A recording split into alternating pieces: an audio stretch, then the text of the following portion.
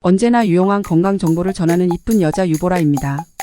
오늘은 침묵의 장기라고 부르는 간 청소 요령에 대해서 알려드리겠습니다. 의사들도 모르는 기적의 간 청소는 안드레아스 모리츠가 쓴 책으로 간 건강을 중시하는 사람들을 위해 간 청소에 대한 정보를 제공합니다. 이 책은 기존 의학적 지식에 도전하면서 식이요법, 체외 독소 제거, 영양 보충 등을 통해 간 건강을 회복하는 방법을 제안합니다.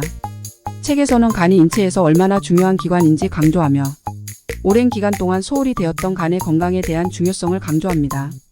모리츠는 간이 독소를 제거하고 체내의 균형을 유지하는 중요한 역할을 한다고 주장합니다.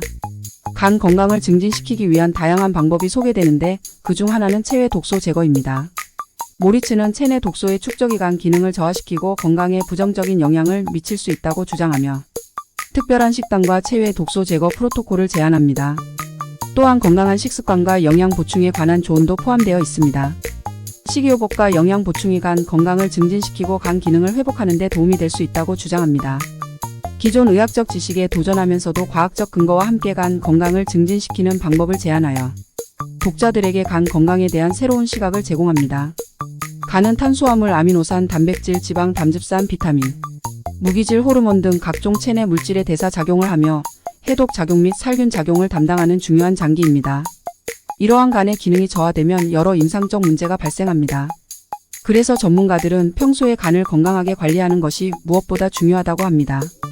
위 책의 감수를 맡은 의학박사 전홍준은 간 청소 방법을 소개하고 있습니다. 제약회사에서 제조해 판매하는 간 청소 약제는 이용이 간편하긴 하나 비용이 많이 들고 부작용의 우려도 있습니다. 그러나 전홍준 박사가 소개하는 방법은 민간요법을 체계화시킨 것과 같습니다. 비용도 약간의 재료비만 있으면 되고 실천도 간단하며 부작용의 우려가 전혀 없습니다.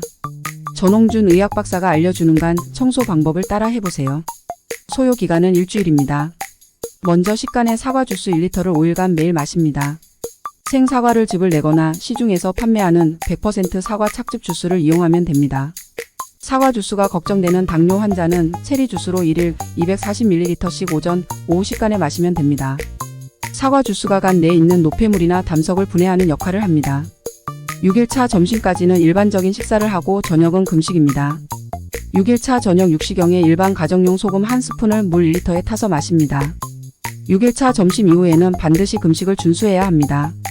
6일차 10시경 잠자리에 들기 전 올리브유를 커피잔으로 한 잔 정도 자몽 주스나 밀감 주스와 섞어서 마시고 바로 취침 준비를 합니다. 베개를 2개 정도 머리에 대고 30분 정도 똑바로 눕습니다. 절대 옆으로 눕지 말고 말은 하지 않습니다.